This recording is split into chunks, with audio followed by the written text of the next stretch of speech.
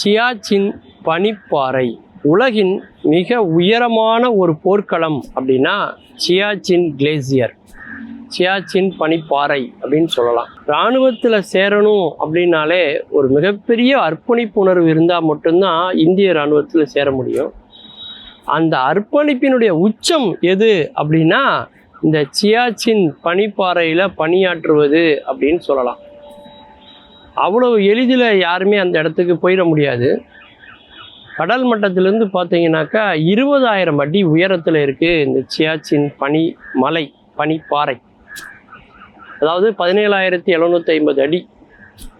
இதுக்கு போகணும்னா முதல்ல வந்து பார்த்தீங்கன்னா ஒரு 10,000 அடியில் அந்த வீரர்களுக்கு பயிற்சி கொடுத்து, அதன் பிறகு 15,000 அடி பயிற்சி கொடுத்து, அப்படி படிப்படியாக பயிற்சிகளுக்கு பிறகு தான் அந்த சியாச்சின் கிளேசியருக்கு நம்முடைய இராணுவ வீரர்களை இந்தியா வந்து அனுப்புது.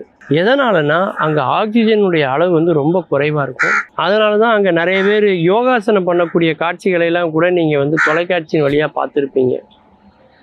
அப்பேற்பட்ட இடத்துல பணியாற்றுவதற்கான பயிற்சி வேணும் அப்படிங்கிறக்காக தான் படிப்படியாக பயிற்சி கொடுத்து அவங்கள மேலே கூப்பிட்டு போகிறாங்க. அப்படி மலையில் போகிறவங்களும் பார்த்தீங்கன்னா தனியாக போக மாட்டாங்க, ஒரு கூட்டமாக இருப்பாங்க.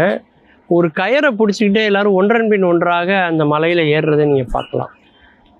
ஏன்னா அந்த பனி சறுக்குது அப்படின்னா அவங்க கீழே விழுற சூழ்நிலை வந்ததுன்னா அடுத்து வரக்கூடிய வீரர் அவரை பிடித்து கொள்வார்.